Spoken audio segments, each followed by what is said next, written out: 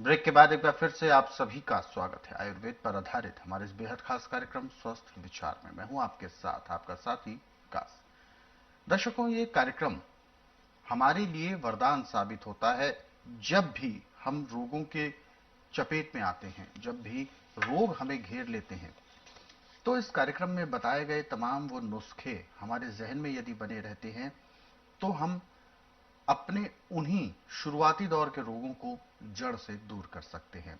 यही इस कार्यक्रम की खूबसूरती भी है और यही कार्यक्रम की महत्वता है। इसीलिए आपको कहते हैं कि जब भी आप इस कार्यक्रम को देखने बैठे तो कॉपी और पेन अवश्य लेकर बैठा करें। जो भी नुस्खे उपचार आपको बताए जाए उनको आप लिख जरूर लिया करें। और यदि आपके साथ कोई जहन में सवाल उठ रहा है या कोई शारीरिक कष्ट है तो आप मार्गदर्शन प्राप्त कर सकते हैं। कॉल करें या आप हमें व्हाट्सएप के जरिए भी संदेश भी भेज सकते हैं। फिलहाल आगे बढ़ते हैं कार्यक्रम में और एक मुख्य विषय पर चर्चा को शुरुआत करते हैं। गुरु जी, आज के इस अंक में हम बात करने जा रहे हैं कुष्ठ रोग के बारे में। कुष्ठ रोग माना जाता है एक ऐसा कोढ़ जो कि एक बार यदि शरीर में हो जाता है तो उसको ठीक कर पाना संभव नहीं है। क्या है ये कोढ़? देखिए, कोढ़ दो किस्म का है। अच्छा। एक कोढ़ में तो सफेद दाग पड़ते हैं हम्म। और एक कोढ़ में जख्म हो जाते हैं। हम्म। और इसका इलाज आज पूरे संसार के अंदर मेडिकल साइंस में, आयुर्वेद में, यूनानी में, होम्योपैथी में बिल्कुल नहीं है। ये मैं इसलिए बोल रहा हूँ कि मैं नाड़ी वैद्य हूँ, मैं जड़ी बूटियों से इलाज करता हूँ। जब रोगी हार करके मेरे पास आता है और जड़ी बूटियों से उसका उपचार किया जाता है तो उसका रोग समाप्त होता है। तो एक ही बात कहता है कि हमने पैसा तो खूब बर्बाद किया परंतु लाभ नहीं हुआ। जो आपने हमें दवाइयाँ दी हैं इससे हमें रोग में मुक्ति मिली और लाभ भी पूरा हो गया। देखिए, जो सफेद कुष्ठ रोग है इसके लिए तो आपको सिर्फ 4 चीजें चाहिए। बड़ी इलायची, लौंग और पीला सांखिया जी। ये बराबर मात्रा में लेके नींबू के रस में इनका खर्ल बना लें, मल बन जाएगी। ये मल सफेद दागों पे लगाने से 15 दिन के बाद दाग घोलना शुरू हो जाते हैं। 15 दिन के बाद सिर्फ आपने सिर्फ इसमें आंवले का रस लगाना और कुछ नहीं लगाना, सफेद दाग मिट गए। और ये जख्म वाला कोढ़ है इसमें आपको लंबी क्रिया है। अच्छा। इसमें आपकी 2 चीजें चलनी, पानी और नींबू। पानी जब भी आपने पीना है तो नींबू का रस मिला के पीना। ठीक है। और जख्म पे लगाने के लिए हल्दी को पत्थर पे नींबू के रस में घिस करके उसका लेप करना है। परंतु ये हफ्ते 10 दिन का इलाज नहीं, इसमें आपको 6 महीने भी लग सकते हैं, साल भी लग सकता है। परंतु इसमें सिंधा नमक, काला नमक ले सकते हैं, आयोडीन नमक नहीं लेना। पानी जो भी पीना आपने उसमें नींबू का रस मिला के पीना।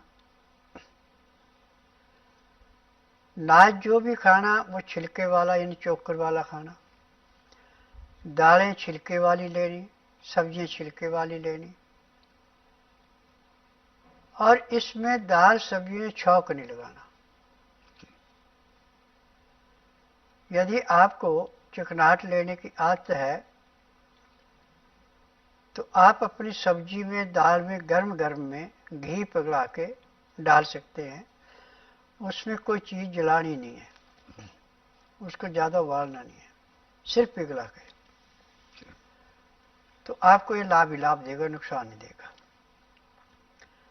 और जिसको भी कुष्ठ रोग हो जाता है उससे आदमी घृणा करने लगते हैं, जबकि घृणा के काबिल रोग नहीं है, ये छुआछूत का रोग नहीं होता। अच्छा। इस बात का खास ध्यान रखना। अब जख्मों पे जब आप हल्दी को घिस करके, कच्ची हल्दी, ये नहीं कि उबली हल्दी, सुखाई हुई हल्दी नहीं लेनी, ताजी हल्दी कच्ची, घिस करके नींबू के रस में उसका लेप करते हैं, तो जख्म ऐसे भरता है जैसे गहरी जगह पे गड्ढा खोद के उसमें दाएं बाएं से पानी के साथ मिट्टी आके वो गड्ढा भर जाता है, ऐसे जख्म भर जाते हैं। परंतु जख्म यदि साल 2 साल के, तब तो 2-2.5 महीने लगेंगे। यदि आपके 10-15 साल पुराने जख्म है तो उसमें आपको कम से कम 2.5-3 महीने लगेंगे जख्म बराबर हो जाए। और इसमें योग प्रणाम करना अति आवश्यक है। आधा घंटा कपालभाति, 15 मिनट भस्त्रिका, 8-10 बार अग्निसार, 15-20 बार उज्जयी, 25-30 बार ब्राह्मणी, 5 मिनट कुंभक, 1 घंटा लोन विलोन करना अति आवश्यक है, तो आपको पूर्ण लाभ होगा। क्योंकि जब खून के अंदर ऑक्सीजन की कमी पड़ती है और खून में प्रदूषण पैदा होता है तो रोग पैदा होता है। जो प्राणायाम योग प्रतिदिन करते हैं उसके खून में कभी कोई इन्फेक्शन नहीं होता, कोई रोग नहीं होता। आज जितने भी ये आर्टिफिशियल कपड़े आ रहे हैं, इससे एक्जिमा, सोराइसिस बड़ी तेजी से फैलता जा रहा है। नींबू का रस और हल्दी इसमें भी पूरा काम करते हैं, परंतु इसमें नींबू का रस, हल्दी जो है, या तो रात को सोती दफा लगाओ या फिर छुट्टी वाले दिन लगाओ। ऐसे आप इसको लगा के काम पे जाते, दफ्तर जाते हैं, तो यदि आपने पीले रंग के कपड़े पहने तब तो आपको कोई फर्क नहीं पड़ेगा। यदि और दूसरा रंग है तो हल्दी जो है अपना रंग छोड़ देती कपड़े पे भी। और आज सबसे ज्यादा रोग जो हो रहे हैं वो सिर्फ आपके जीभ के चुटकोरेपन से है। ये जितनी भी आर्टिफिशियल चीजें खाने की, ये सिर्फ रोगों को बढ़ाने के लिए, पाचन शक्ति को कमजोर करने के लिए, पेट में सुड्डे पैदा करने के लिए बनी है सारी।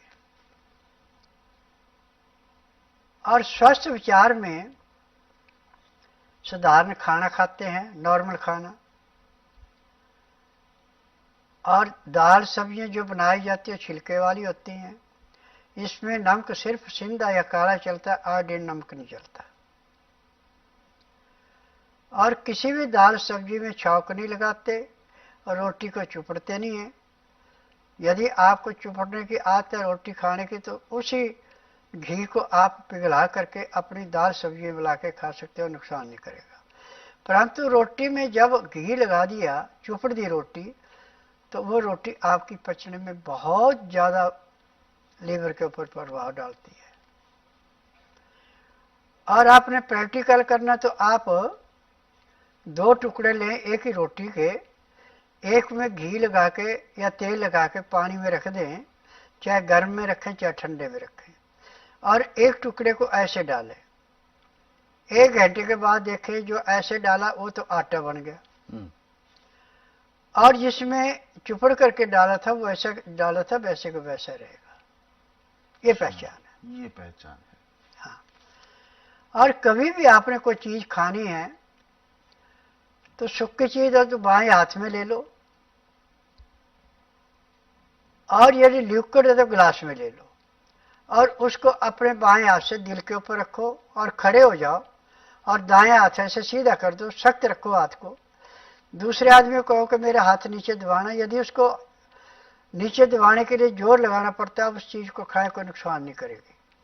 परंतु यदि आपका हाथ एकदम गिर जाता है, उसको जोर नहीं लगाना पड़ता, उसको खाएंगे आपको नुकसान होगा ही होगा जी। ये प्रैक्टिकल है, शरीर का लेबोरेटरी है जी। तो दर्शकों, ये हमारे शरीर में हम कैसे इस बात का पता लगाएं? कभी कभी कंफ्यूजन भी होती है कि कौन सी चीज खानी है, कौन सी नहीं खानी है, जिसके जवाब हमें आसानी से मिल नहीं पाते हैं, और ऐसे में हम खुद से पता लगाएं कि कौन सी चीज हमारे लिए कितनी उपयोगी है। आप इस बात का एक उदाहरण अभी आप आज भी कर सकते हैं, कल भी कर सकते हैं, और ये सीधा सा होता है। एक बार आप रोटी रखें, जो शुद्ध गेहूं से बनी हुई रोटी है और जो आपको लाभ देती है, उसको रखें और फिर इस पूरी प्रक्रिया को करें, और फिर दूसरी बार वही प्रक्रिया करें, लेकिन हाथ में इस बार कोई अन्य प्रकार की चीजें होनी चाहिए, कृत्रिम, जैसे कि कोई ब्रेड, बर्गर, इस तरीके की चीजें होंगी।